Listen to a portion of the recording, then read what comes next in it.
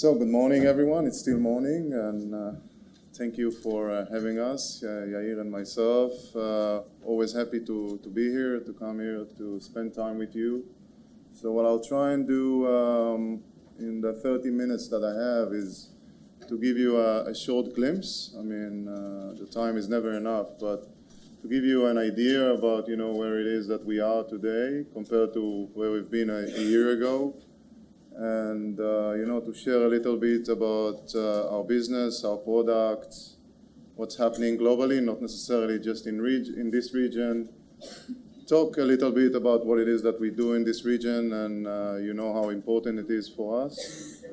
And, at some point also happy to take your questions. I mean, although there is a Q&A session, but do feel, I don't know how you manage it so far, but for us, I mean, we are less formal, so if you feel, you feel an urge, you feel a need to stop me at any point of time and to ask a question, I'm happy to take that. And if I have an answer, I'll also answer. So, yeah. So I'll start, as I said, the importance of the community. I don't know, you probably the majority of you or all of you are already aware, how important it is for us in Libris to work with the community. We've always, and I think, even when I joined about 7 years ago, 6+ years ago, one of the first things that I realized that was very special about Libris is the way that Libris works. So it's not only about, bringing in new customers, new users, but it's mostly around, how it is that Libris works when it develops, looks for the future, develops new products. It's a lot of work with the community, and I think this user group, this type of meetings form one part of it. And, at the end of the day, this community brings a lot of power, a lot of strength into what it is that we do in Libris. And what we're trying to show in this specific slide, to see, how it is that it makes us and makes you even stronger, the success of, you can see the numbers. I mean, it's just a slide with some statistics, but I think the numbers speak for themselves.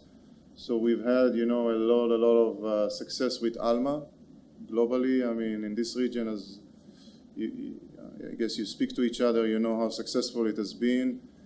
But not only here, also in other places in the world. In my region, we're just completing, I think, one of last year. Since we are talking, between our last meeting and today, we have managed to bring more or less the whole of academic institutions in Hong Kong. They all moved from different systems. It's a group of 8 universities in Hong Kong called JULAC. They're working in collaboration, including Hong Kong University, Chinese University, and the top universities of Hong Kong. They've all signed up together. They will go live with Alma and Primo July 2nd this year.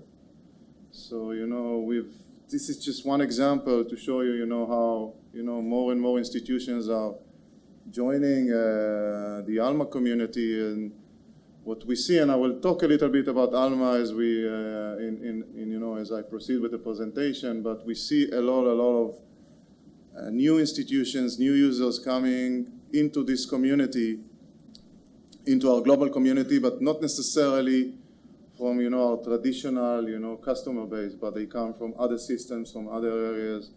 And this is why this group will keep growing, and I think it's very good for everyone. Again, last year, and I will say a little bit about this as well, it was another year, I think it was December 2015 when we merged with ProQuest. Actually, it's the next slide. You can see, so it was a strategic year for us. Why was it a strategic year?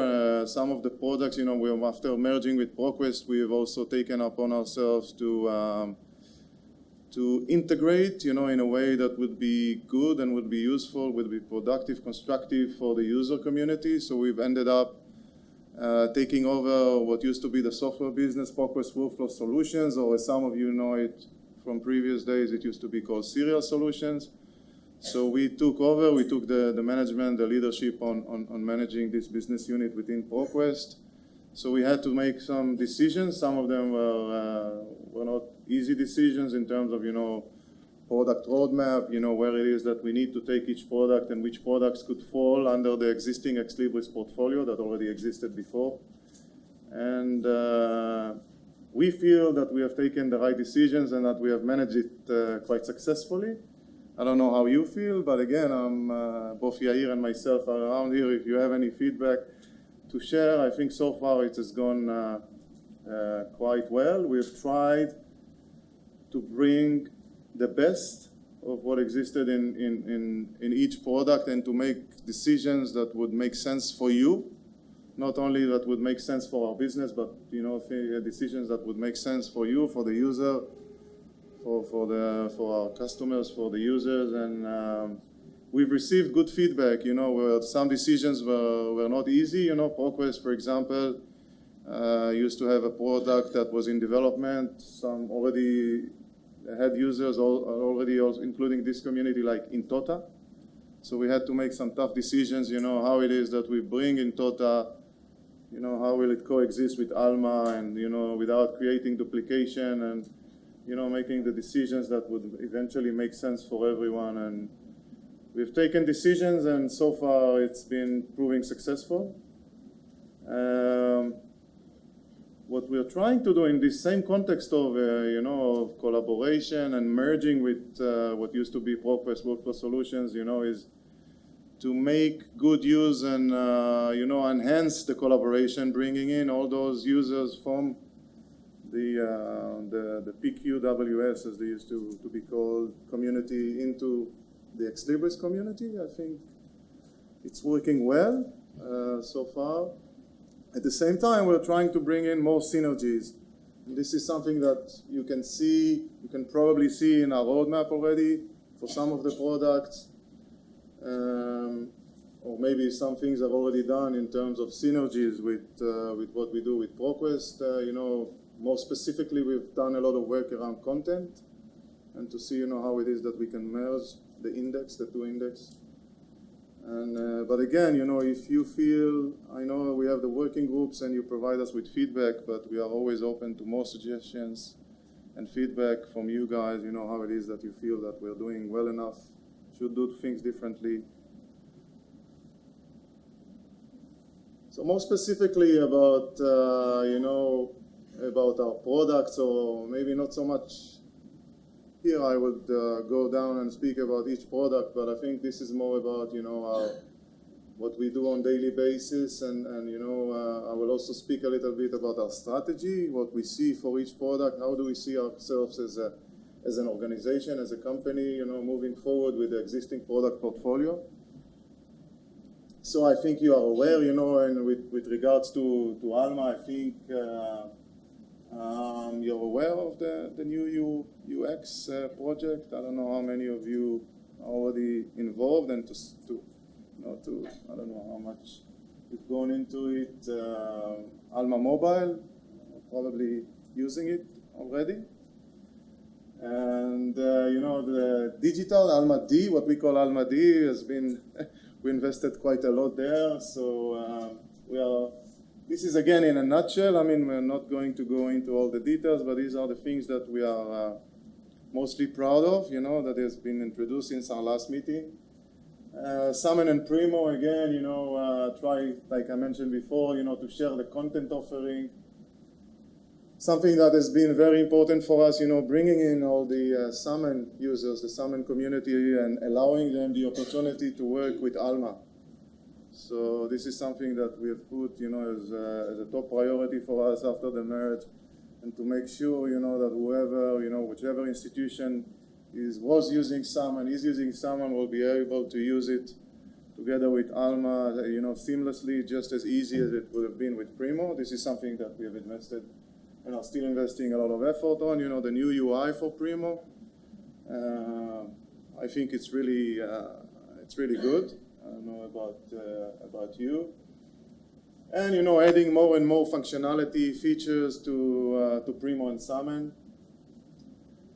Rosetta, we've invested a lot in workflows between cross products, and making it much more integrated in terms of workflows, trying to work more closely with the advisory group in terms of the future of Rosetta, what needs to be done further. And we are investing a lot, in the way that we actually implement Rosetta globally.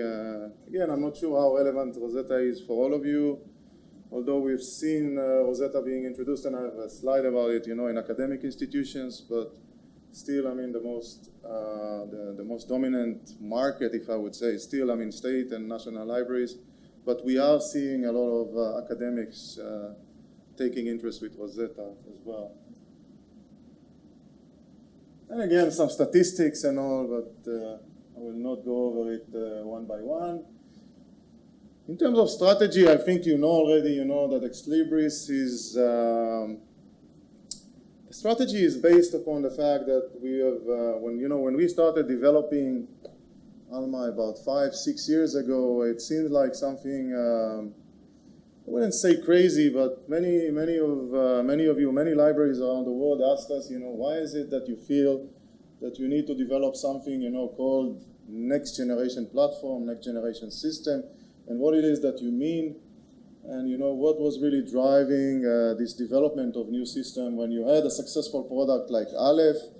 You also have another product called Voyager. So why do you really need to go into developing a system like Alma? And the notion was, we were sitting with librarians and libraries all over the world, and we were asking them, when you look into, the future of libraries as you see today, and even 5 years ago, there was already a strong trend towards, bigger spending around electronic resources compared to the traditional print. So there was already a trend, and we were sitting with librarians, and we were asking them, in terms of, your day-to-day work, and the future of the library, how do you see yourself, 5 years from today, 10 years from today? By the way, not all libraries sit and think about, such term. It's not obvious, but we were, again, with the community, sitting with them and trying to ask, how do they see the future? But what we were after actually is, as the trend goes by, more spending on electronic resources. And, in most cases, most libraries around the world, including North America, the expectation from the academic institution, from the library was that they should do at least what they're doing, but probably with less resources, less budget. So how would libraries, overcome? How would they, work with those challenges and still succeed? And in a way, not reinvent themselves, as everything, technology and budget constraints, everything, being considered. So our approach to it was, what it is that we, as technology providers working with libraries, can do. What type of technology it is that we can provide you, the libraries, with that would allow you to successfully, manage within the academic institution, and in a way, not only not lose value within the institution, but maybe increase the value within the institution as a library. So I think, these are some examples. Maybe Campus M a little, but I think definitely Leganto, is an area where we have developed on the same platform of the same next generation system that we developed 6 years ago called Alma. The notion is, if libraries can use Alma, which is automated and allows you with a lot of efficiencies, maybe the librarians will have more time to start providing services, additional services, maybe not so much the traditional services, but services around that goes maybe a little outside of the traditional library role into teaching and learning. I think Campus M, the mobile thing is bigger than that, but not so much, being led by libraries, but Leganto definitely is. And I think these are good examples. I would say more about the direction that we are taking another step, where the libraries take another step into the academic institution further on when I talk a little bit more about our strategy.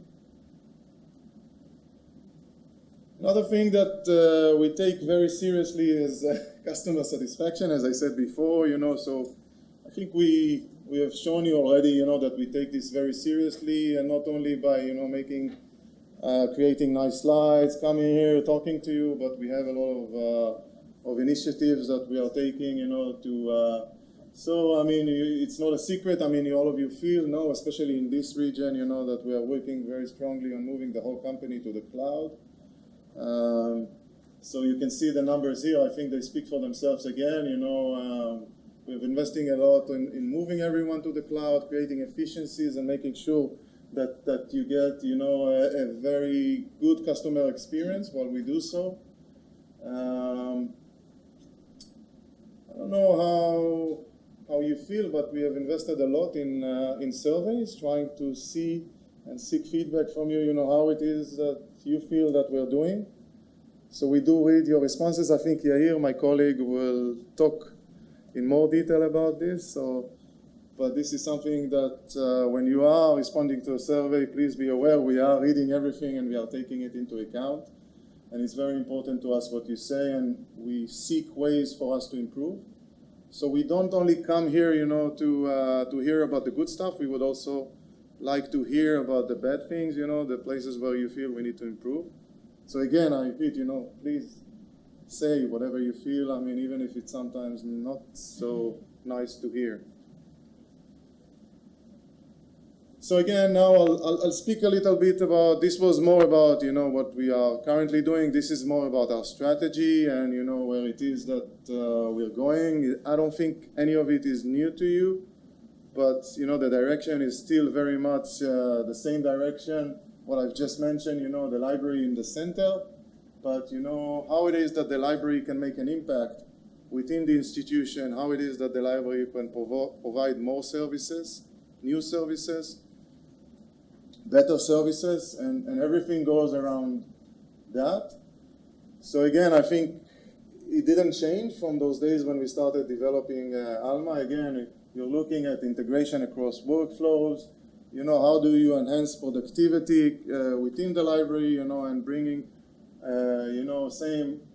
optimize your budget, how it is, and how we can make good use of technology when it relates to analytics. I think everything works together, and how it is that we can actually take all this good stuff, we bring it out into the academic institution. So I think, we are taking an approach, where we meet some of the expectations of the users. In this case, it's the student, by providing, additional new services. This can be through discovery. This can be through products like Leganto.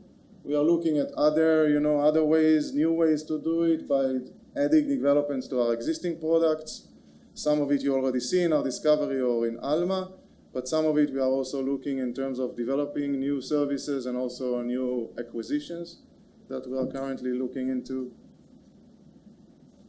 Another area is the instructors, trying to create, and again, this is a new area for Ex Libris. We always worked with libraries, talk to librarians, to libraries. Now what we've been doing in the last 2 years is starting to talk more to the teaching and learning community. A good example would be a product like Leganto, but we are also looking where this comes into play for both the instructors and the researchers, is an area where we are now going into Alma Research, a new product that we are currently working on, where we would be on the same platform, just like we have done with Leganto. We are looking into developing, again, I'm not sure about the name exactly, how it will be called eventually, but for the moment we call it Alma Research because it's built on the same platform as, on the same Alma platform.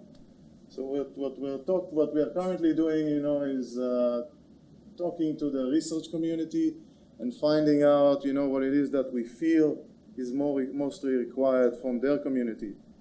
So we would keep on talking to the library, to the researchers, to the provosts and the CIOs across the institution and try and, figure out what it is that everyone needs.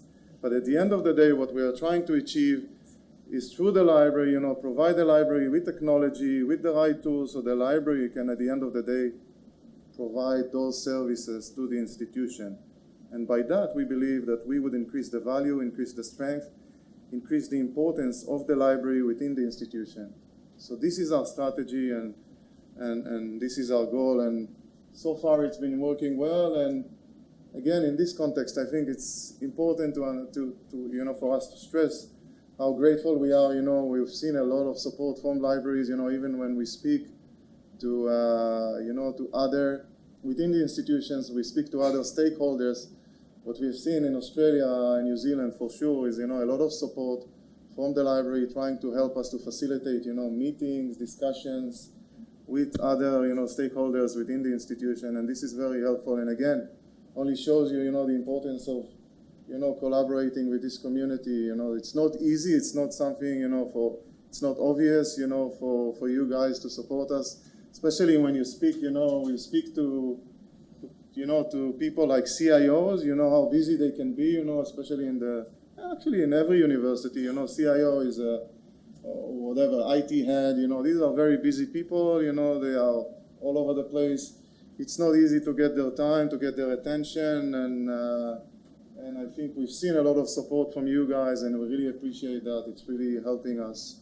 And I think at the end of the day, it will serve everyone very well when you look at the future of what we're trying to achieve. So again, just to summarize what I just said, the power, the strength that comes out from this type of collaboration, and how constructive and productive it can be, when we are all working together and in order to achieve. But again, I think what you see in the middle is really what we are trying to achieve, and we don't think we can do it without your support. So I think this is very important. This user group, and which is forming also a part of the global user group meeting. But like we always say, this region is very innovative, and even globally, it's very highly considered and regarded, and I think the work that you're doing here is very, very, I know for sure it's very important for Ex Libris. So keep on being vocal and do what you do. I think it's highly important for everyone. So I'll say I'm going one level down. This is my region, and Australia and New Zealand is definitely, it's for Asia Pacific, it's our biggest region, sub-region. And it's, I would not say the most important, because I don't like to say, this one more important than this one, but it's definitely there. It's the biggest, it's the strongest, it's the most innovative for sure, especially in terms of adopting new technologies. So, like I said, all of you are aware, we've merged with ProQuest the end of 2015. Traditionally, we've always had an office in Adelaide. I believe you're all aware. So after merging with ProQuest, we've taken over part of the office in Melbourne. So we now have offices in both Melbourne as well as Adelaide. We've actually increased our presence in Australia. This is something, when I first joined like 6.5 years ago, there was a very big office in Singapore and a moderate office in Australia. One of the things that we have realized in Ex Libris, that especially when the community was growing and growing in Australia, we've taken upon ourselves to increase the presence in Australia and New Zealand, but not only in sales. As you can see here, it's very, regardless of the names of the people, people are very important, but you see that we have become actually, I don't know whether I should be concerned about this or not, but you have more professional services and support, than salespeople. I don't know what it means. It means that we understand the importance of, providing you with good services. And, this is an investment that we have done, especially bringing people closer to you so they can provide you with immediate support, in your time zone. This is something that didn't exist in the past. So we keep increasing that. There is an expectation for us to provide you with, what is called, a very service level, a very high levels, a very high rate. I think Yair will talk about it. So far we have been meeting it and exceeding it, but we don't sit quietly and we don't take it lightly, so we keep on bringing more and more people. So we've recently added, people like Claire in Sydney, and we are currently relocating someone from the UK, Liam, to move to the team here. Emma just joined last year in Adelaide. I mean, there are, I don't know, you probably know a majority of them, some of them, but we have a very good, capable team here to support you. So if you ever feel that you need support, I mean, always know that there are people, whether in Adelaide or Melbourne, and they are always available, you know, even just pick up the phone and call them. This is about Alma. I think you know the story. I think it's been very successful. I know it's been very successful in Australia and New Zealand. Very, very, very high adoption rate. I mean, these are just some of the names. It doesn't stop here. This is 66 institutions, but we are currently, you know, in different phases of adding new members to the Alma community. I think it represents, as we stand today, in terms of academic, it's around 60 or more, 60% of the academic, you know, institutions in Australia and New Zealand are using Alma. I think it's a great achievement, and it's great for the community. Whether you collaborate and what level of collaboration it is that you actually have. At the end of the day, I think it's great. It makes you stronger, your voice stronger, and you know you can achieve a lot. So please remember that when you do make a request and move forward with that. And I mean, most people think, you know, Alma, academic institutions mostly, but please be aware we also have state libraries and we have national libraries. I mean, the National Library of New Zealand. Hopefully, maybe one day, National Library of Australia as well. We'll see about that. Campus M is, this is a different product. It's not necessarily within the library. It has a library module, but traditionally, I mean, historically, they've had success in Australia. I mean, there were two institutions that were already using it before we took over Campus M. It's a company that was based in the UK, but since Libris has taken over, we've had some success. I'm very, actually, maybe outstanding success, I would say, you know, with top academic institutions in Australia like Monash, UNSW, and most recently Newcastle. We have big plans for this region and other regions in APAC. It's picking up very fast. It's a very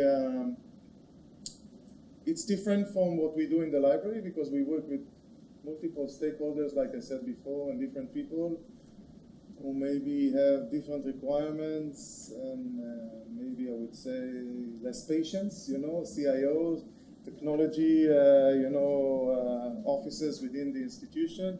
So they see things differently. So we are also adapting to it. And what it probably means is that we also need to change a little and maybe probably make more investments to make sure that this is successful. But this is just to give you a glimpse into what's currently happening, and probably when we discuss it next year, you will see a lot more on that.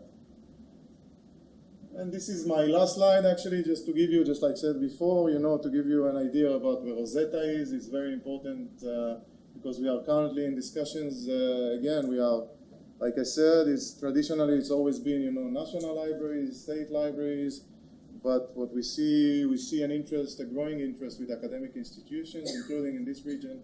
So we are currently in different levels of discussions with some academic institutions who have a need, you know, for this type of digital asset management system where, you know, Alma digital is not enough.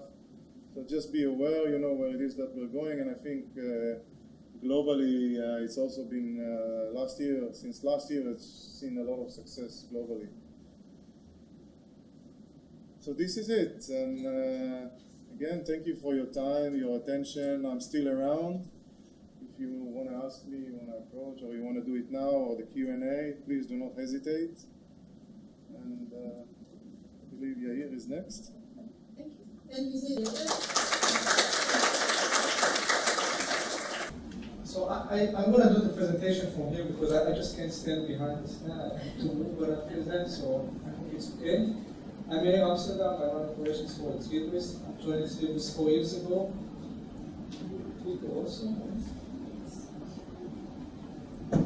And You know, one thing that never stops impressing me, as you talked a lot, but we're going to continue discussing, is that you know, the community that we have in Libris. It's very active and interactive community.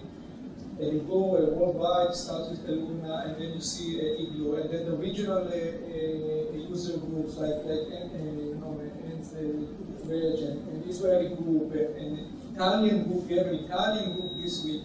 And it's all very impressive. It's always about, you know, working together with the community. Community is very important for students. So I run operations, and I'm going to talk about operations. It's a lot. I cover a lot. I want to start a little bit, you know, to talk about the integrations. Okay. In the past year and a half, we were very much focused on integration of the serial solution, the workforce division of Progress into its Libris. I don't know how many of you have been involved in integrations of, you know, merging two companies together, but this is a very complex you know, activity. You have to take two companies and merge them together. You always start with figuring it out, so that's the question that you always have to ask Progress: why? What's the rationale behind you know, acquiring this Libris? And then when we go into the details, you have to plan the change. And what we did in the last year, we have executed on the change of the integration. And I think today where we are, and I'll talk about what we achieved, where we are about here. So it's about executing and combining the organization and the products and the customer-facing units. But now we have to make it stick. We want you, the customers, to have, you know, a consistent experience when you work with Libris, when you work with Primo, and when you work with Salmon, when you work with E360, when you work with SFX. It's in our interest that, I mean, the customer community have a consistent experience. So what have we achieved? We achieved many things in the last 18 months since we started. So starting with the product strategy that we rolled out immediately after the merge. You know, mainly about deciding that Alma is the next-gen platform for us for the library management. Talking about the ability that we have two flagship discovery products, both Salmon and Primo, and they are here to stay. Talking about being able to unify, to have Salmon work over Alma. So Salmon customers that are very passionate about their Salmon index can continue and work with Alma. And actually, this month, in May, we had the first customer at the University of East Michigan go live with Salmon over Alma. So it's the first live customer that we have working with Salmon over Alma. And we already have more than a dozen customers, mainly in US, but also in other regions that are in line waiting to make Alma and to integrate with Salmon. So that's a very important product integration for us. We talk about content, and I can tell you that I think one of the biggest expectations that the community have is they're asking, what are we getting from the Progress content? Okay, I mean, Progress comes with a very strong content offering. Libris came, you know, more from the software side, and there is a lot of questions about it. That's part of also of the Q&A. How do we integrate content? And you know, you find that integrating content is actually one of the most complex integrations that you have, because you're taking huge knowledge base that were built different architecture, different metadata, and you're trying to unify them or to bring benefit to the community. So it's a gradual integration with the content. It's not something that you can, you know, say we have one index, but it's been very successful. We'll talk about that as well. We added about 170 employees. And some of the employees' names that Steve showed you are actually coming from the workforce part of the business, like Erin, like Amanda. They work for Progress before the integration. We are now over 800 employees globally. And of course, we talked a lot about, you know, integrating systems. We integrated the Salesforce. There's one Salesforce today. We actually moved all of the material that Workforce Solution had in their customer center to the knowledge center. So today, when you search the Knowledge Center, you can find Salmon, you can find 360 Link in the Knowledge Center, and also added them to the Ideas Exchange, to the status page, all the system, all the ecosystem around the product that we are very proud about. You know, the open ecosystem system, ID change, status page, that's all integrated in one solution.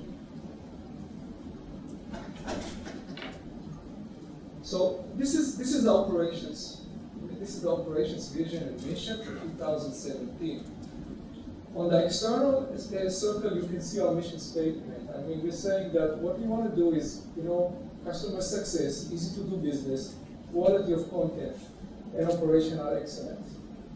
In the inner circle, we talk about our departments that are part of the global operations. It's customer support, professional services, cloud services, MIS, information system, and also the content operations. These are the departments that make up the operations organizations, over 300 employees worldwide.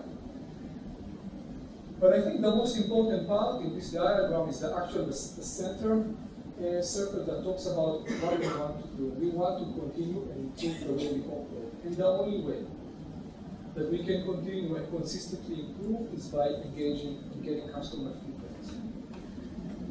In fact, almost everything we do in operations is based on feedback we get from customers. And everything that we want to improve is based on inputs that we're getting, either from the surveys or from the user groups or for ideas or any other interactions that we have. It's very interactive. That's the only way that we can continue and change the way we operate and adjust the way we operate. So I want to start with customer support or customer success. So customer support, it always starts with the fact that customer support is, I consider customer support is like, it's part of a culture. Okay, and it's about putting the customer in the center of everything we do. The way we develop the product, the way we sell the product, and of course the way we implement and support the product. Having said that, customer success is not limited just to the customer support. Okay? So overall in Libris, we have about 110 people that are dedicated to customer support globally, but they are supported by all the other departments of the organization. This is a basic diagram that talks about a customer service evolution. It's a basic model. I just want to say that we consider to have like 4 levels of support: reactive, and then it becomes proactive, predictive, and preemptive. And what I'd like you to note about this diagram is 2 things. One, it's a pyramid. Okay, so there's always more to the reactive. And the second thing is that it's layered. Okay, it's layered. Reactive and then proactive goes from reactive and then predictive and preemptive. This is the way that we think customer support needs to customer service needs to evolve. Okay. And the changes that make it like, make it more like the second model is that 2 changes. One is that we have now the social networks that make our customers way more vocal about the level of support they're getting. So today customers are in control, and you no longer can, just have, say we're giving you bad service and nobody's there. I mean, today that the customers are in control. And the second thing that makes us much bigger about being proactive is the fact that we move to the cloud. And when we are in the cloud, we actually have all of your systems controlled and monitored by our environment. And that allows us to be way more preemptive about the actions you take. Has anybody heard here about the 24/7 NOC? Right? You're familiar with the 24/7 NOC? And the status page and the activities that you get. Now for the customers, for yourselves, I mean, we know that customers like the 24/7 because they get updates, if we have issues with our systems and with our environments and with the product. In average, you know how many events, like system down or failures we have on a monthly basis? On an average basis, anybody here can guess? Taking a brave guess. So in average, okay, we have about 10 system outages. Okay? I mean, some of them more minor, some of them bigger on a monthly basis. Okay? Now, that's a lot. Okay? It's a lot of system outages. Some of them are minutes. Some of them can take hours. Okay? Some of them, impact the whole data center. Some of them just affect the environment. But that's about 10 events that we have on a monthly basis. Now the hub, the 24/7 hub, is also considered the eyes and the ears of the cloud. Okay?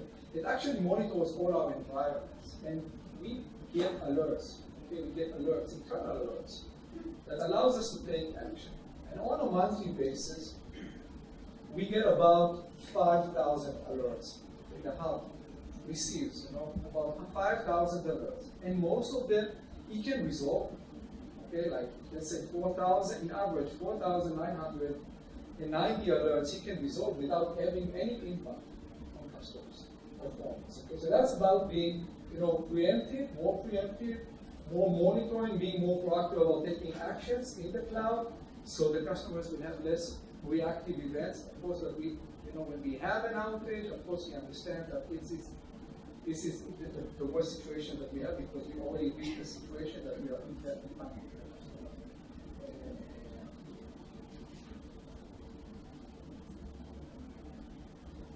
This is global support, and as Yves said, we are enhancing our presence, or we are increasing our presence globally. We have 110 employees in 18 countries. Over there, some of them in Australia, and it's a global operation. This is the presence in Australia, as you talked about it, so I'm not going to elaborate. One thing about support, okay, most of the activity that we have in customer support is about customer cases.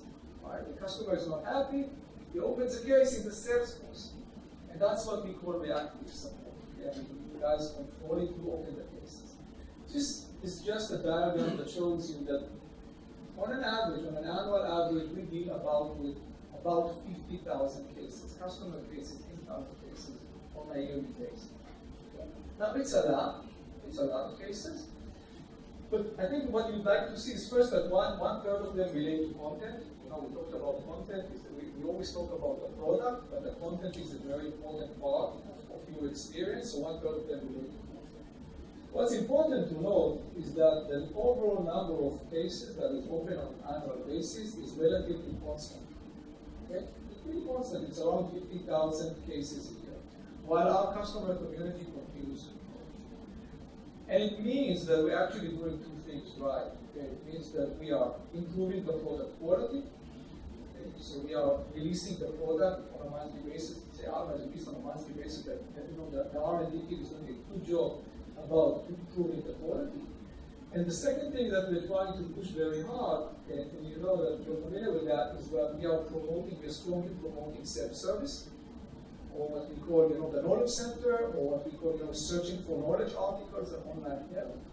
And by doing so, okay, we are able to be proactive, and be able to be in a push mode, push more material that we can, more knowledge that we can push to the users, having you guys open less cases to the support. That's the two trends that is important to see.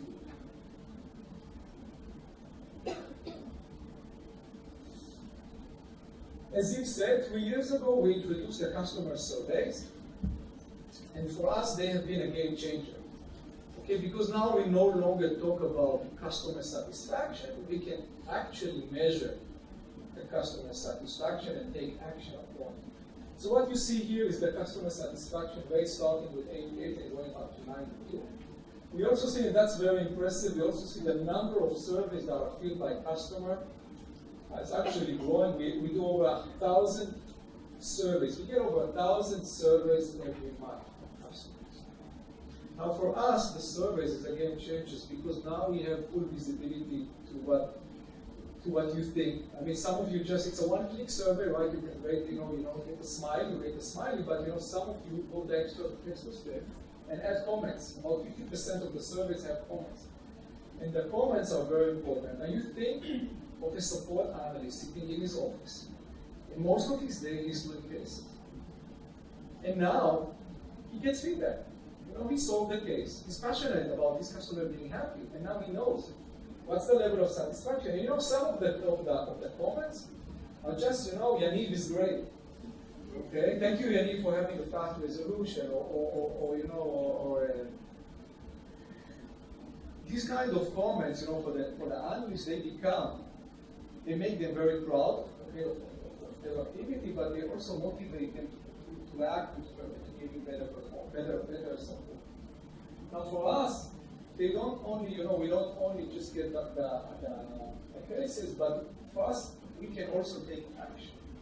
For example, has anybody here ever received a phone call following a bad survey? Not many hands, which is good. Which is good, okay, which is good. But our process today means that everyone that ranks us with a low survey, a very unsatisfied survey, the process internally, we try to reach out and have a phone call by a support manager or support director, and we want to engage. We want to ask you why have you been so dissatisfied with our support, what can we do to improve? It's kind of inherent process that we have reaching out. Happy we don't have too many hands up, okay, that means we would have a mess, but it's the way we seek to improve and to close the circle with people that are not satisfied with the support you get. So it's a game changer. Of course, once we have the data, we can slice and dice it. Okay, we can look if Primo support is good as Alma support. We can check if Rosetta customers are also happy. We can check if Tier 1 is more, gets higher satisfaction than Tier 2. I mean, we can slice and dice the data any way we want and take proactive action or be proactive about improving the level of support that we are doing. So talk a little bit about the cloud. And we have many customer requests asking us, can we go see the cloud? Can we go and visit your cloud? And usually the answer is no. Unfortunately, we are not able to let you go and see the cloud. Some of it is hosted out of the country. Also, it's about privacy to customers. This is a video that I'd like to show you. Is this released this week? Is to give you a video. We're bringing our data center here to the community. So this is a short video about how our data centers are actually built. So when you imagine the cloud, when you think about the cloud, so you have maybe a better picture of what it is.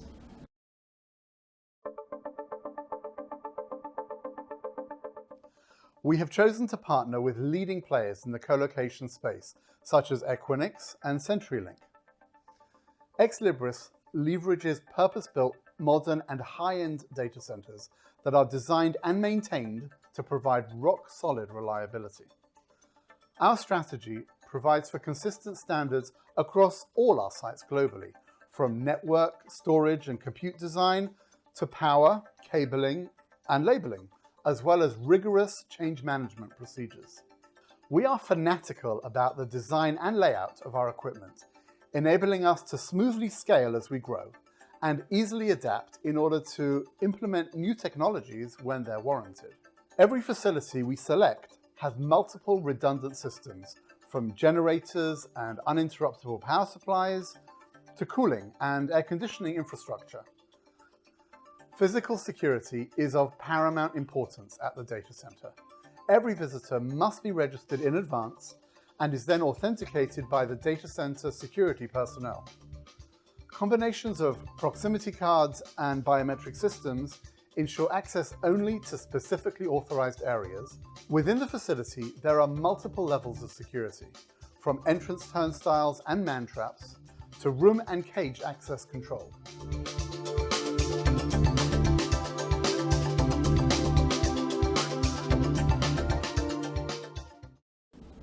Yes, and this is actually a video that we took in our data center, one of our data centers.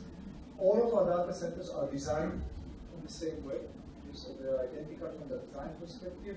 The voice that you heard, I noticed maybe the British accent a little bit. So that's Dan Marriott, he's the cloud engineering director. He designs, he's responsible for the design of all of our data centers. So it's not the narration is not professional, it's people that work in the cloud. And the way we operate our cloud is that we have a very consistent design across the board for all our data centers and all our applications. These are the 5 pillars that we talk about the cloud: stability, availability, security, scalability, and cost effectiveness. And we start with just use some kind of numbers. Okay, so these are the numbers that we have around the cloud, just that you understand the magnitude or the size that we have in our cloud. We talked about today over 6,000 customers. We talk about millions of searches a day. We talk about 83 racks, 10 private cages, 1,500 physical servers, over almost 5 petabytes of storage. So that's a big magnitude. That's a big footprint of the cloud. Now, when we talk about performance, we talk about the first thing that's most important to customers is the uptime. And we also have a contractual commitment about uptime. Our contractual commitment, what we call SLA, Service Level Agreement, is to be up 99.5% of the time. Now, internally, we also have what we call an internal SLA. We want to have, we also work according to an internal SLA, which is 99.9 being up. And you know what we're very proud about is like almost 100% of our customers, experience the contractual SLA, but 99.8 of them also experience the internal SLA. Now, not to say that we don't have outages. Okay? From my experience, every business that works in software and hardware sometimes has outages. Some of them are nasty outages. Okay, some of them are nasty outages. They occur during the middle of the day, like we had here in Asia Pac about a month ago on Friday, a very nasty Friday, that the data center went down. Okay, and things happen. And as much as we try to be proactive and with the best hardware, sometimes they happen. Sometimes they're not in our control. If you read the root cause analysis, a bug in a Cisco switch, we depend on the third parties, and then creates, lost connectivity to the data center and this data center. But we try to learn, from every event that we have. We publish it, we do internal SLM, we publish a root cause analysis, and most important, we have to communicate with you during the outage on an hourly basis to the status page and let you know where we stand with our outage, because we understand that you and your users rely on us, because we host your infrastructure at that time. Now, I'm sure you all have experienced downtimes, in the local data center, at the university. They are also never foolproof. The question is, how do we improve? How do we take action? And statistically, how do we stay on a very high uptime? Okay, that's what we're trying to do. We talk a lot about security, and we see more and more security requirements. Security becomes an issue. So we have, we have very rigid standards, but we continue to invest in security. We have the ISO 27001, we did information security. Last year we introduced the privacy standard for ISO, and this year we're going to introduce the business continuity. So we have to continue and invest in security and privacy regulations. This is an issue that continues to grow. Let's talk a little bit about content. And the way we see it, if we want to provide best-in-class content services, we look at it from administrative aspects in the library to the end users, from acquisition, activation, cataloging, publishing, of course, discovery is the delivery. Now, this is the content world for Libris. So we have two discovery index, Salmon and Primo Central. Both are flagships, both are very big indexes. Both are very rich. Salmon is over 3 billion records, and Primo Central is 1.5 billion, and they continue to be developed and enhanced. We have the delivery, or the knowledge base, 360, the SFX, the Alma Community Zone, the Ulrich serial product, and of course a lot of support around. Just to give you a glimpse, on the inventory of the content that we are managing on it. So just the level of records that we have, the number of collections, providers, they are all hosted, maintained by 60 people that are called content operations, the under operations. They maintain, they ingest, they keep them updated, the currency, and they continue to work on content. Now, we talk about this also in the Q&A. Around content, our strategy is to have a unified, or to integrate content, meaning to bring more of the content coverage from the Progress knowledge base, Summit to Primo Central, and from the 360 knowledge base into ALMA, into SFX, and that's what we're doing in the last year. We're gradually enriching the knowledge base. Supremo Central is almost identical on the coverage. Summon, what we call we're closing the gap. And the same we're doing with the ALMA community zone. We're enriching it with Udwig peer review or with other collections that we're continuously doing. It's probably not going to be able to say we have one content, or one index, although we'd like to, the thing we'd like to do the most is can we close Supremo Central or just work with Summon? But that's very, very complex. So, our approach is, can we unify the content? Can we make sure that both indexes that have to stay for a long time, make sure that we have processes that when we ingest to both of the knowledge base. When we update both of the knowledge base so we can become more efficient. And for you, the customers, there will be a consistent or a unified coverage. They will get the same coverage working with the knowledge base. Either it's Supremo Central or it's Summit. Either it's ALMA Community Zone or 360. Content works very strongly with the community. We talked a lot about KB Advisory Board, which has been very active working with Libris. It's a very active advisory board. We meet once a month. It's a very nice team of people from the community and also from Libris. We have people from the content, from ALMA and from Primo, and we work together on improvements and enhancement of the content to the community. There is contribution, there is voting, there is authorities and enrichment in ALMA. There is a lot of activity in the knowledge base, which is based on your feedback, on working with the community, that we can continue and improve and enhance the knowledge base. And the last part is maybe easy to do business, part of this is are you familiar with the knowledge base? So this seems that it's been here forever, but it's only been launched a year and a half ago. And it's actually took all of our material, the training material, the online help, support articles, and put it under one platform. And by doing so, we have all our material in one platform. It's a single search for all content, and it's also open and free. Okay, you no longer need to log on between different silos like the training center or the Salesforce. Everything is searchable and indexed on Google.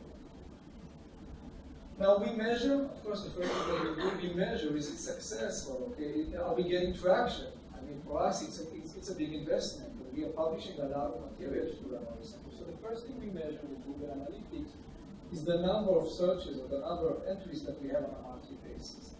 And you can see there is a climb towards the end of the year, towards November, and that's because we also added material coming from ProQuest Workforce Solution. We uploaded the Summon articles, we uploaded the 360 material, and that's all uploaded. And the trend is very positive. And one more thing you see is we find more and more customers or more and more people searching from Google and not going into the knowledge center. And that's the way you search today, no longer going into the application because everything is indexed in Google. We see more and more kind of people clicking in Google search, Libris article about Primo, and then you immediately go to the right page. So that's been very successful. That shows that the community is using the knowledge center and speaking up. One more thing we have with the knowledge center, and that we learned that is also very right. We chose a platform that is integrated very strongly with our support, with the Salesforce. So internally, all of our support analysts, when they are working on a case, they have a window of the knowledge center in the Salesforce, and it recommends articles to them. Okay, it recommends relevant articles for the case they're handling. Now we measure the level of what we call participation. How many of your cases have been resolved with a link to a relevant material in the knowledge base? It's an article, it's a chapter in the online help. And because what we've seen is that consistently we talk about 91-92% satisfaction, but we know that when we add relevant material to your cases, satisfaction boosts up to 96-97%. You're more satisfied when we are closing a case and referring you to relevant material. So we measure the participation rate. How many of our cases, okay, we are promoting our analysts to close more and more cases with a reference to a relevant part in the knowledge center that will not just close the case, but will also be able to push relevant knowledge that are relevant to this case.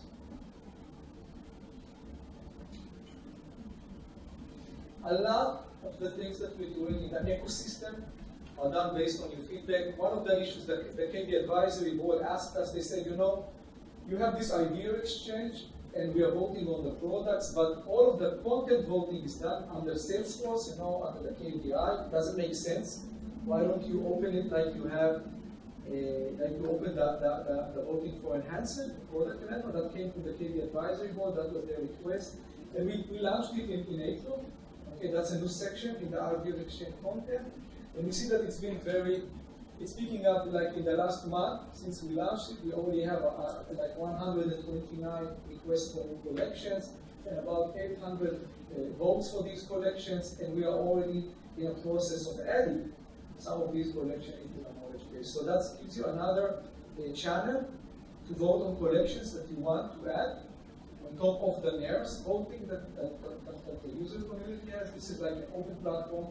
We take it very seriously, because if we have like collections that are getting many votes, we understand they are required, the community wants them, and at the end for us, they become top priority for updating our knowledge base. And one more thing, we received feedback. This is based on the Voyager working group, and I think we talked about this with Dave. They came and said, we like the status page very much for the multi-tenant environments. But we'd also like to have them. We have also like to report on outages for single instances like Voyager, Aleph, these kind of products that are also hosted on the cloud. And so coming soon, this is a mock-up. This is not the idea. We're going to add another page in the status page called single tenant, where we're going to have the products as Aleph and Primo hosted and SFX hosted and Voyager. We're going to have the ability to register for outages or planned maintenance, so you will continue to have the same experience as you have in multi-tenant. That's again based on requests coming from the community to show you how much, how closely we work with the community. So this is actually my last slide. We talk about community, we talk about the product, we talk about the cloud. One of the things that we're very happy and we're very proud of is about the ecosystem, about having these systems in place which are open for all. The knowledge center, the developer portal, the status page, the idea exchange. These are our platforms that we released in the last 3 years gradually, and they allow customers, but also people from Libris to interact, to get feedback, to return feedback.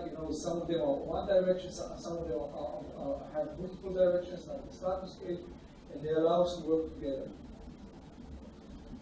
So this is it. I just want to thank you very much for having us here, and it's no figure that we can come and present in the user group. And we hope to see more activity, more interaction with the users from Australia, but also globally. Thank you very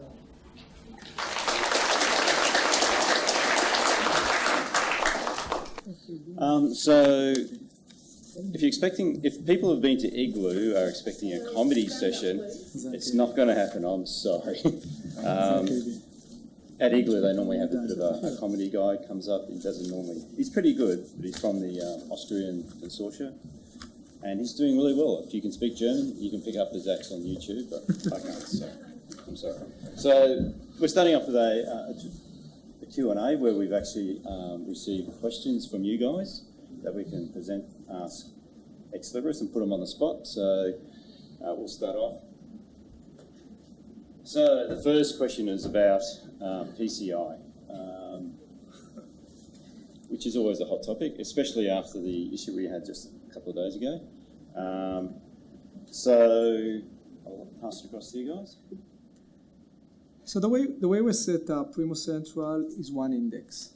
Okay, it's a single index as opposed to Salmon that we have two instances of the index. In Primo Central we have one index which is hosted out of North America. It's relatively been because this index serves the community in all regions. So we have no maintenance window for Primo Central. Okay, everything that is done on Primo Central is done without a maintenance window because there's no one maintenance window that's good for all three regions. All of our activities are done kind of online while the index is online. It's been relatively very stable. If you look at the uptime statistics, of course, it's stable, but every time it's down, okay, or every time it has an issue, it has huge impact because almost all of the Primo customers, okay, whether they are local or hosted, use the Primo Central. So overall, we had some of the outages are nasty. So we had a nasty outage in North America 2 weeks ago that took down the data center, including PCI. On top of that, and this is what we also answered in the Luna meeting, I mean, the fact that it's only a single instance is a concern for us. Okay, it's a very big instance. So we are looking to see if we can have to replicate the instance and to have them work a little bit maybe closer to the summon mode, okay, when they have two instances. Just to say, this is very, very complex. It's not just complex about hosting, putting it in the cloud.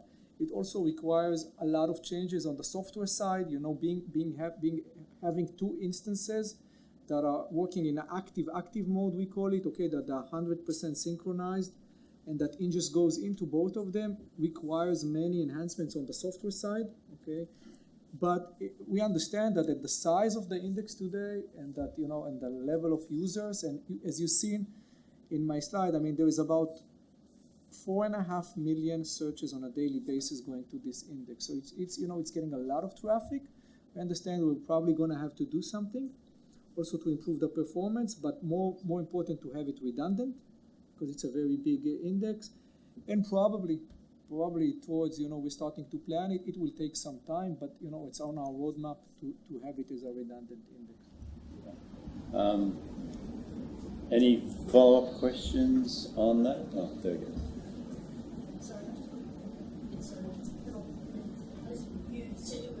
Sorry, you said you're thinking of building a second live system. Would you locate it with the current system, or would it be located in another region? So that's so when in the Luna meeting we had people from Europe, and they said, we would like to see it hosted out of Europe.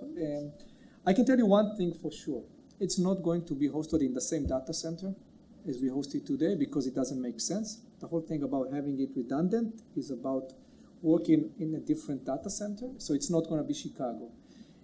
Is it going to be the new West Coast data center? Is it going to be Singapore? Is it going to be Amsterdam? That depends on many, many factors that we need to consider. But it's not going to be in the same data center, otherwise it's not really redundant, because when the data center will go down, both of the instances will go down.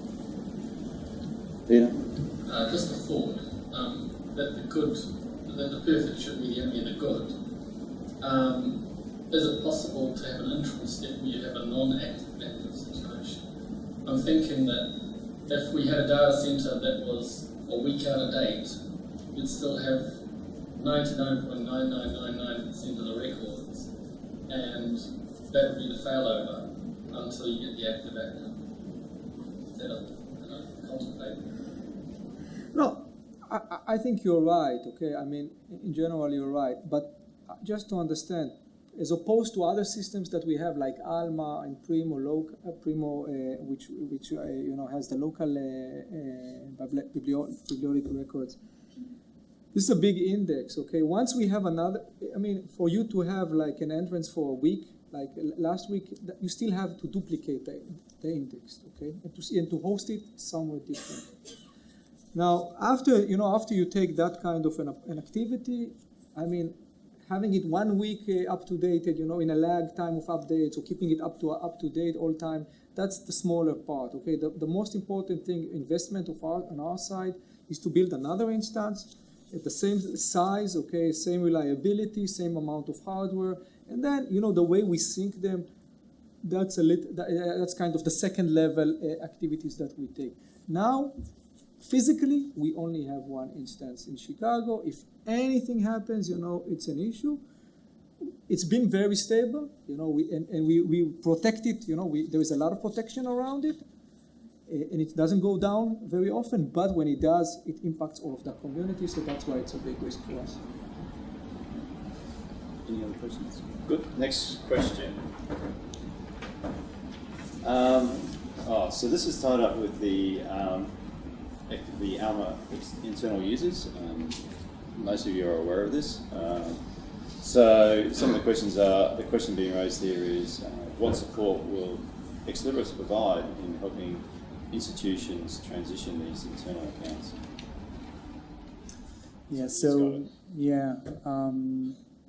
Do we have people from ANZ participating in this focus group, the Alma Authentic? Just you? Okay, so for those of you that are not familiar with this focus group, maybe you can say a few words about this focus group. I think you all know about it. About okay, how many of you are using social media authentication today with Alma? I think that's part of the problem. Okay, that's one of the problems. So just to summarize the status. So we have this group. By the way, there is a YouTube video that was published of your last meeting. I don't know if you know. Was it edited? Sorry? Sorry, it's okay. And so basically the answer is yes. We are going to provide assistance in the form of providing tools like mailing lists that you can send to all of your users, asking them to re-authenticate or re-register in a different way. We also have, for example, other tools that we're going to publish on the Knowledge Center that you can download, also on the developers portal. Basically, we are checking options to authenticate using not only social media, but also simple emails. Like users will need to type in their emails, they will get some kind of a temporary password, and that's it. So, I hope I provided the answer. So yes, we're going to provide help in the form of different tools, and we're going to make it as smooth as we can for customers who would like to move to this direction. Does it make sense? Yeah, but Just to follow up to that, I don't think the issue is so much logging into Alma, it's more logging into Primo and Hub, social logins. Yeah, so although the focus group is focusing mostly on Alma, right? This is the focus group. because you have to authenticate into Alma sometime. Yeah, I mean, most people access the market will go through access the services. So they can't log in using the social login. I mean, just for an education institution, most people allow students to log in, so they can't log this up.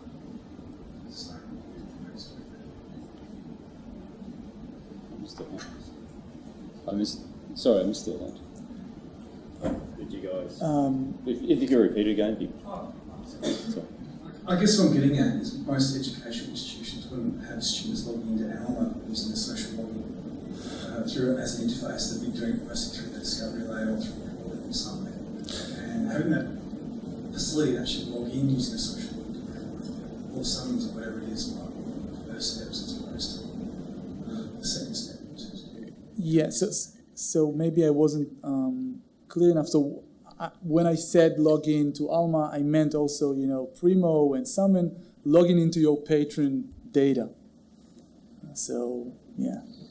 From the surveys we've done, there are institutions out there, especially health-based institutions, they will not allow social authentication. Okay. We'll ask the question. So, how many people are looking at social authentication using Facebook or Twitter to allow logins? As a last resort. So. I know our institution has a policy that would stop us doing that.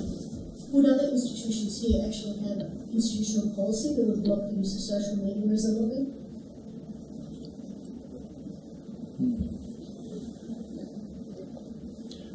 I think we would, as a side, Libris and Igloo and Aluna, we're working with coming up with different solutions. Hopefully they'll be published shortly, and we'll see how that fits in with people's capabilities. Yeah. Okay, next question. got out that one. Here's a good one. I love this one. Regionalisation, especially with Alma and Primo. How do we go about getting that into the products, especially with the way ideas exchange and the NERS process works? How do we get our local requirements into the products? So first of all, I want to differentiate between pure regional requirements like, I don't know, special normalization rules, call reporting, or things that we've already added during the development partners days, which I assume these are taken care of. And the question is about new features or new requests, not the pure regional ones, like things that you guys here in Australia and New Zealand think are important to have in Alma, and you always feel like you're not powerful enough against, all these big guys from the US and Europe. So I assume this is the case, right? We're not talking about pure regional requirements. We'll work on that later. Yeah. Now, I took this question and I went back to the team in Israel and to Bar and Vir and all the guys that are working on Alma roadmap. And first of all, it's important to explain that this NERS facility is not something that is controlled by Ex Libris. It is controlled by Igloo and Iluna. So you should ask your representative in Igloo to promote a mechanism to. Is it you, Dave? That's what they call it. They call that deflecting. For your information, I have spoken to the ANZREG committee about possibilities of how we can get around this. But then we're also looking at ideas exchange and stuff like that. Yes. And even if we do block vote here, how do we, meet the Americans at their own? Yeah. So what I can do, can I just switch to the internet on this computer? Is it connected to the internet? I assume. It's broken out as well.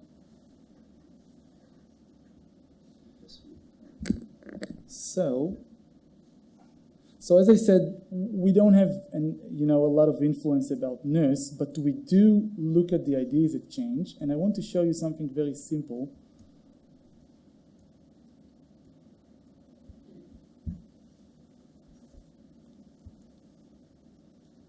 How many of you used the ideas exchange and logged in? And oh, that's nice. So now you have login details, you can vote. And if I'll go to, for example, let me just enlarge it, hot ideas. So you see the numbers are not so high, 203. Now, Alma development team are looking at these numbers, which means that if you guys are sharing your voting power, you can get to 2,000, I think, and be the first in the list. And this is something that, yes, I talked to Dvir and the guys in Israel, and they're looking at it. They are looking at hot ideas and the top voted ideas. So it's just about cooperating, and I think it goes for your benefit that you are a small community. You can share ideas and, just use your power in the ideas exchange. Which will work. Just remember, you only got 10 votes per person. 20 now. 20? That's a lot. If you have 50 people here. Sorry.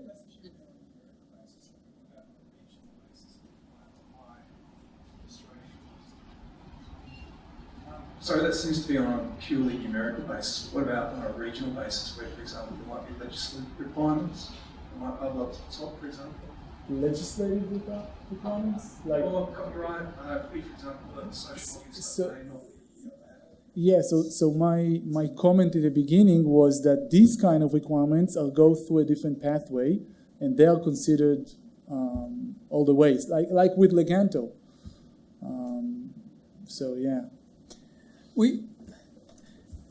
There's a few ways to impact. Okay, I understand the passionate about the region, but there's a few ways. This is what we're trying to say. One is it's supposed to be kind of handled, that's what Nir said, during the early adopter program, so the regional requirements should have been handled. Now on the voting, okay, we see many, let's say on the content side, we see many, regional needs, okay, for specific collection that are relevant for France or for Germany. And then we look into them from a voting, yes, if there is a lot of voting to them, if you can collaborate on the voting, but also we look into the regional ones not from a numeric, not always from a numeric point of view. Okay, so Like GND lately. we understand that sometimes there are legislative. Okay, we understand sometimes there are regulatory issues. We understand sometimes there are very important collections. Let's say on the collection side for a specific region.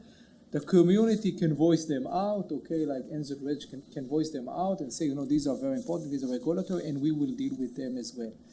At the end, we're always working in a kind of a short blanket when it comes to requirements. There are always much more enhancement requests than we can deliver.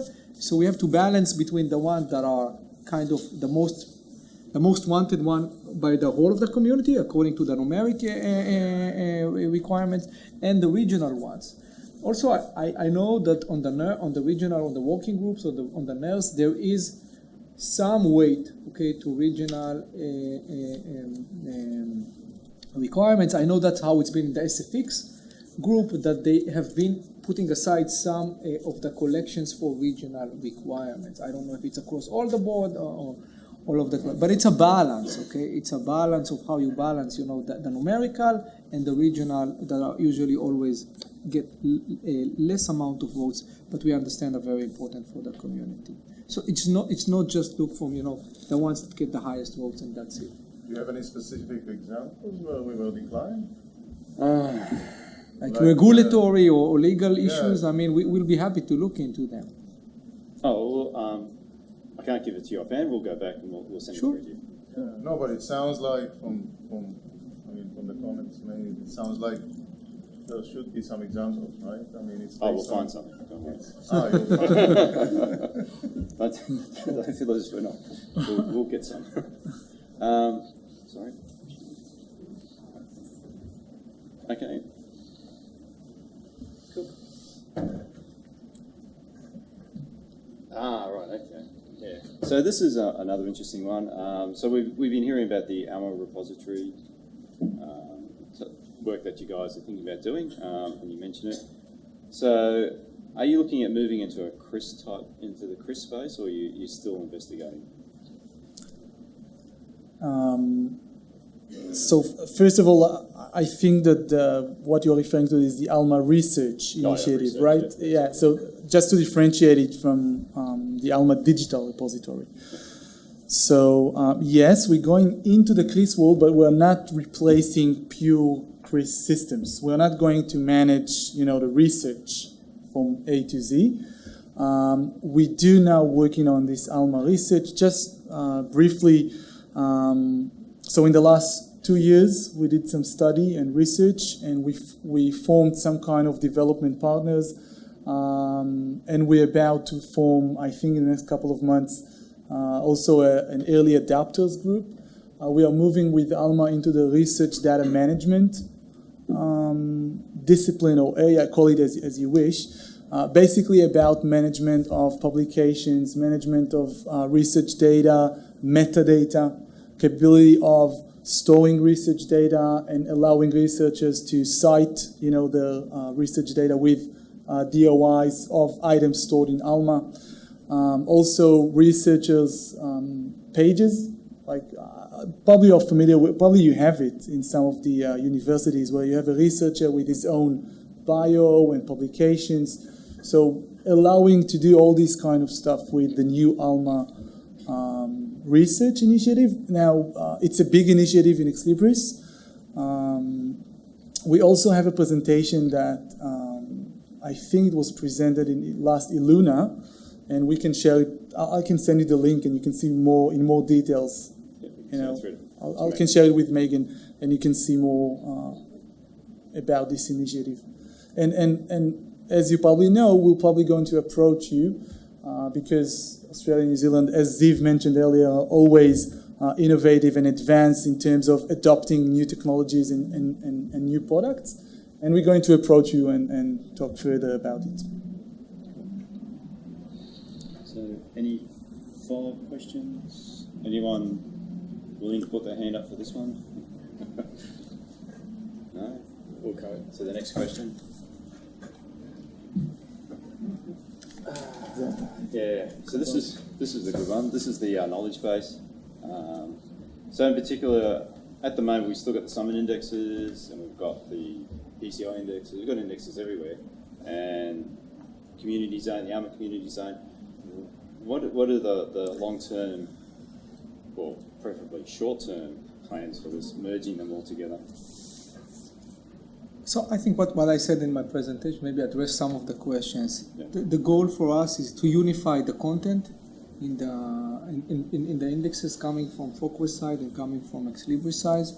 We're not going to be able to consolidate them, not in the near term, okay, but it's to unify it. So on the discovery side, we did, maybe if I elaborate more, we kind of analyzed the gap, the coverage gap between Summon and Primo Central, and we identified about 150 vendors that were in Summon but not in Primo Central. Over the last year, we kind of closed the gap, and we are left with about 30 vendors that are still need to be uploaded to Primo Central. This kind of the long tail, but it's going to be done. So the coverage, is supposed to be identical. Also, talking about the ingest of new content is, today going into Summon and from Summon into Primo Central. So every new content that is uploaded to Summon will go into Primo Central. That's how we close the gap. On the KB, there is also about consolidating and enriching KBs, not about unifying and enriching. So it includes, it includes about ebooks that were loaded to about 1.5 million records of ebooks that were loaded to Alma's community zone. Last year, it includes collections of zero title-based collections that were uploaded to the community zone. The beginning of this year, about 9,000 zero title collections, and it includes a gradual addition of collections with full deep linking that are continuously added to the Alma community zone. About 100 already added, 50 will be added, continue to add in 2017. That's currently the main work that we are doing. We also talk about enriching some, metadata like peer review by Ulrich that is, is very strong. So that's also been done. It's a gradual enrichment and unification of the content. And hopefully, at some point, we can also consolidate. That's going to be a very, very complicated task because of the structure of the KBs. Just one thing to add. How many of you are subscribed to Alexander's Street Press? So just to let you know, it's a good example because the guys here in the office in Melbourne are working together with our guys in Alma community to make sure that you'll have a proper metadata in your community zone and a proper indexing in PCI. I assume that some of you knows about issues that we have. Yeah, I see some heads moving. So just to let you know, it's part of this integration project and we are working on it and I think we're going to resolve it quite soon. Any follow-up questions? Last chance. Okay.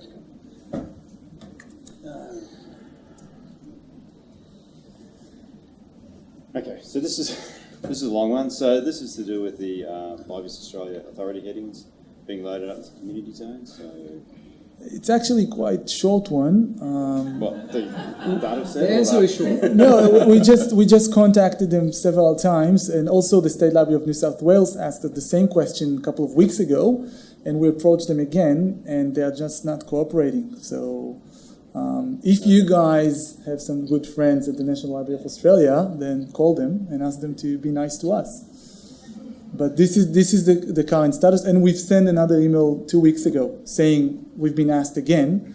We have no problem from our side to add these authorities, but this is the current situation. Sorry for that. Maybe you're off the ANZREG committee. Sorry, Megan. Any other follow-up questions on this other than dumping ANZREG in it? No?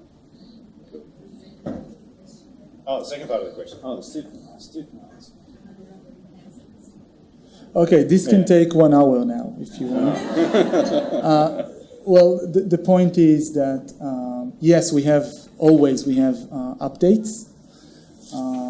I think one of the last updates was from Germany, G&D authority records. When was it? A couple of months ago, I think. Anyway, my point is, when I searched for updates on our roadmap, I found about 12 different occurrences in the roadmap. The roadmap is published, and we have the session tomorrow, the Q&A. And in this session tomorrow, we're going to have the product managers. So I don't think it makes sense if I'll just list you the items now. Tomorrow you can go deeper and ask specific questions. And do you guys know where to find the roadmaps of our products? Just search for roadmap in the Knowledge Center. You'll find it. Oh, there's one. That's okay, I've got a very good follow-up. On that authorities control task list, are you looking at possibly adding URIs in under those authorities? So people who would like to use the URI rather than the literal string and looking into a more linked data environment can actually use those URIs are there, because it would be much better to have it in the authority control forms rather than everybody worrying about their own URIs. And also give them like a VAC URI, an LC URI, and possibly even a Libris Australia URI. Yeah, so I know that it's part of the discussion, yes. I'm not sure about the status of it. I can check it offline. Is it something that already been, uploaded to the Ideas Exchange? No. I can check it. So yeah, I'll check the status of it. I know that there were discussions specifically about URIs, exactly because of what you just described. Yeah. Okay, next one. What's that? Okay. You can read it all. It's to do with like yeah, maybe multiple questions in one side. Yeah. Well, we just to explain what it is. So in the UK, you have the CLA, which is a repository where institutions in the UK which have some kind of a higher education ID, high ed ID, something like that, they can connect to the CLA and get articles or things that were already digitized and have copyrights to use, and they can reuse it. So we are not sure about this question if we have plans to have this kind of repository in Australia and New Zealand. So we don't have these kind of plans because we are not doing it in the UK as well. We do say that if you do have a higher education ID to use the UK one, you can do it with Leganto today. I'm not sure if that was the question. Whoever raised, we've got clarification. I didn't raise the question, but I know who did, and I understand their thinking behind it. So what they were thinking is that instead of the UK having their content store and then Australia approaching our copyright agency and building one, and then the US thinking of building one with their copyright agency, perhaps having a company like Libris build a store and all their clients from around the world can deposit their digital materials into a central store and access it instead of everyone from around the world having to digitize the same material. Okay, now I get it. So basically, it's a good idea, although I'm not sure that this is Ex Libris business. Like, we are not in the storage of, articles. We are not publishers. We're not storing data. Maybe, I don't know. Maybe the other side of the company. Sorry? Maybe the parent company. The parent company, yeah. We should talk to them, yeah. I think it's an interesting idea. We'll take it with Shlomi. Shlomi runs the URD, the Leganto development. He's also responsible because I think what you're saying is about a similar concept to the Primo Central Index, which he also owns the Primo Central Index. So if we can take this question back home, I don't think we can give you a straight answer here. It sounds interesting to look at into it. Oh, good. Can we supply your email address for follow-up? Yeah, we'll come back. Cool, excellent.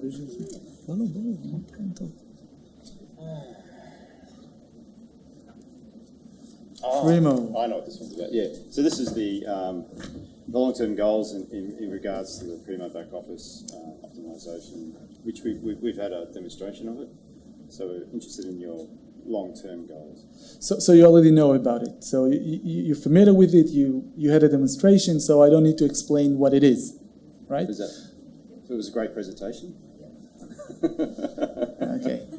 So basically, with the long-term plans, it's a new type of deployment, which means we have the same roadmap, the same support. It's the same Primo, but in a new deployment from a new interface, from Alma in this case. So with regard to the plans, we have no plans to remove or disconnect the regular back office or vice versa. As I said, it's a new deployment. We don't have any plans to enforce people to move to the new Primo in the near future. Next year, I think towards the mid of next year, we're going to announce that people that would like to move can move.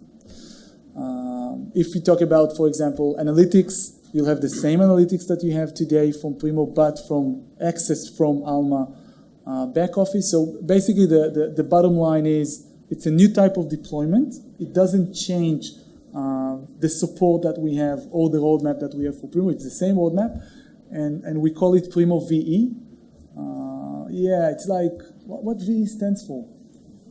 Nobody knows. I don't know. I thought SE, like special edition, like Apple, but I don't know. Who gave the presentation on the? You did, yeah. So you deployed it. West Australia. They are one of the first customers that actually deployed it. They did a great job. It was amazing. Yeah. The thought is that for people that are new to Primo and Alma, it will be the preferred way to deploy going forward, like the default way, because it brings also benefits to the users. But like Nir said, it's another type of flavor. It will be aligned. They have the same UI as the new Primo UI. It's exactly the same UI. And also from a roadmap perspective, there will be the same roadmap and the same support level, and everything will be the same. We think it's going to be like an optimized version, and it does have some benefits. Okay, mainly on the back office, mainly about the updates, the publishing, because you host it on the Alma platform, so it does provide benefits. We will also allow to move to this type of deployment starting 2018. So customers that want to take advantages of these, take advantage of these features can move in 2018. Yeah. For new customers, by the way, this will be the default. Is there any questions? I've got a question about it then. Will we have better analytics with the combined products? In other words, at the moment it's still siloed. You've got Primo stuff and you've got Alma stuff. It'd be good if we can actually bring them all together. You got the answer. Yeah, I think it's on the roadmap as far as I'm aware from the development team, that they do plan to merge the Alma and Primo analytics so that you can... They do plan to merge them so that you can use user data from Alma to inform your Primo analytics. It is on their roadmap. Yeah, just to explain more about it. So you're probably familiar with the old Primo Analytics, which was based on BERT. So we moved to OBI. Now we have both on OBI. So both are subject areas on OBI. And as you said, the next step will be to put them both on the same OBI, which will mean that you'll be able to use subject areas from both products. Sorry? Only if Primo is hosted. Yeah, I've got the question, but I'm not... Yeah. I mean, the optimization only works if your Primo is hosted. That's what yes, of course. It's all in the cloud. It's all in the cloud. It actually means that you're part of the Alma platform. So Primo hosted Primo over Alma. Okay, Primo V, Primo over Alma. Still have local Primo. These guys. I think that the optimization of the analytics that can come is the fact that you have combined data from Alma and Primo together, which it will be the same engine, the same OBI, but the data will be combined from Alma and Primo together on the same. It opens more opportunities for enhanced analytics. So you guys should move to the cloud.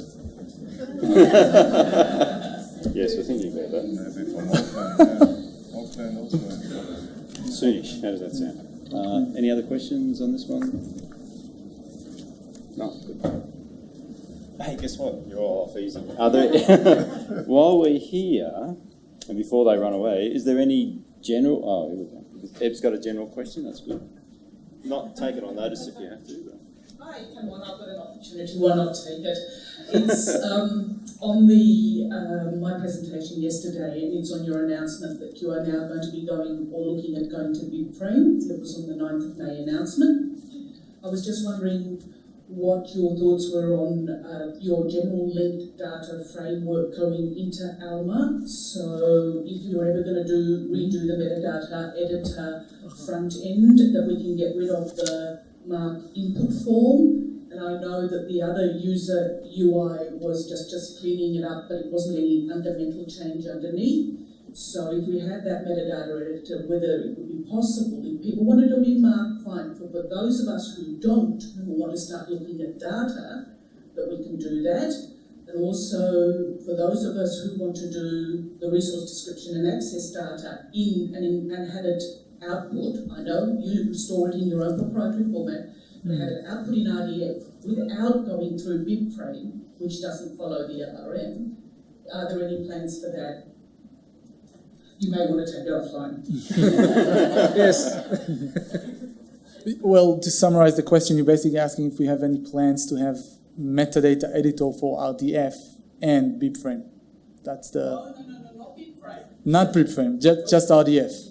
RDA in RDF. Yeah. So RDA, because you can't put full RDA into BibFrame, the same way as you can't put full RDA into Mark. So I want to do proper RDA records. I want to output them ultimately in RDF. I do not want to go to BibFrame myself. The other people, those who do wish to go to BibFrame, fine. Those who want to stay with Mark, fine. Those who want to stay with Dublin Core, fine.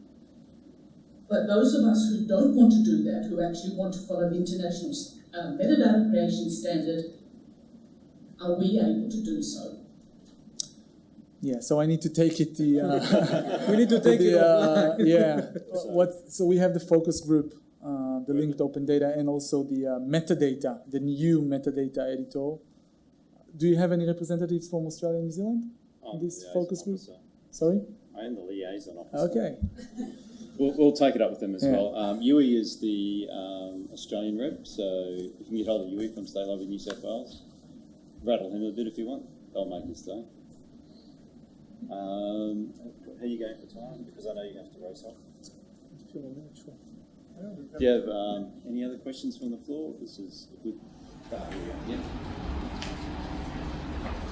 I'm just wondering if there's going to be any significant changes or development how LC and LD is presented in Prima. Because at the moment it's very clunky and a lot of information. What do you mean by Alma C?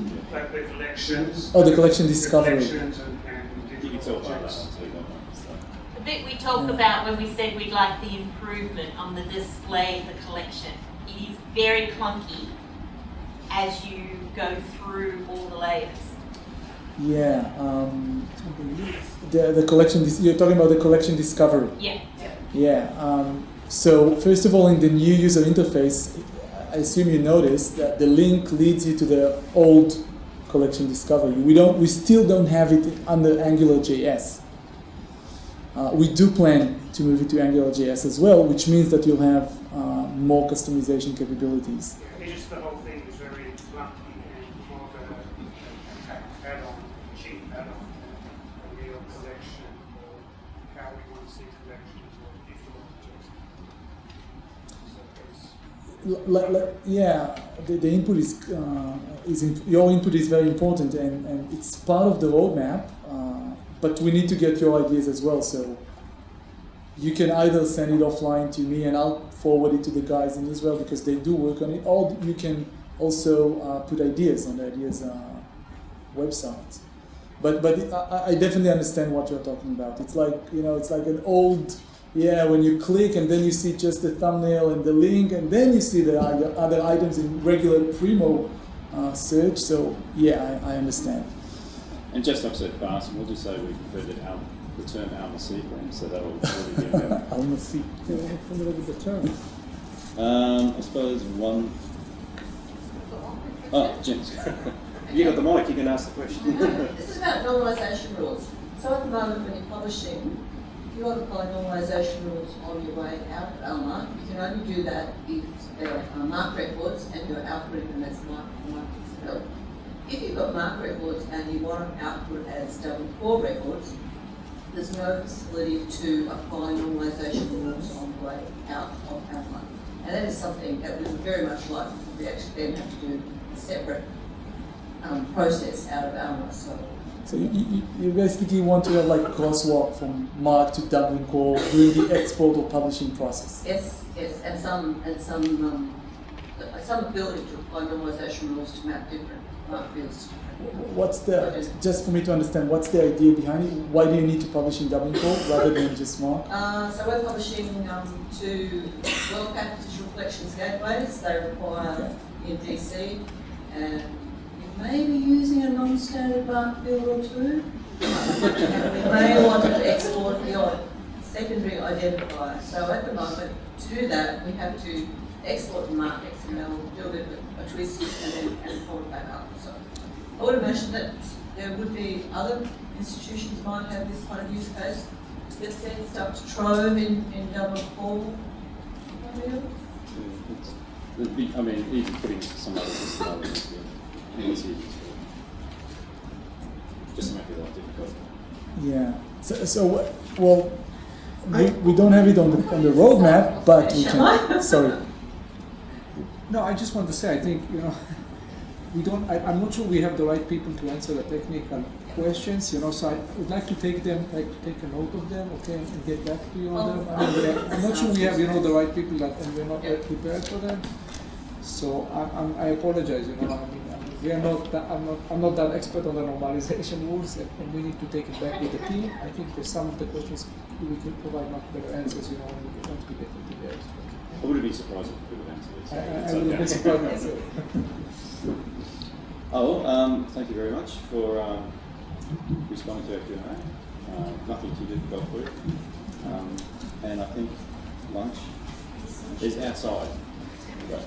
Okay.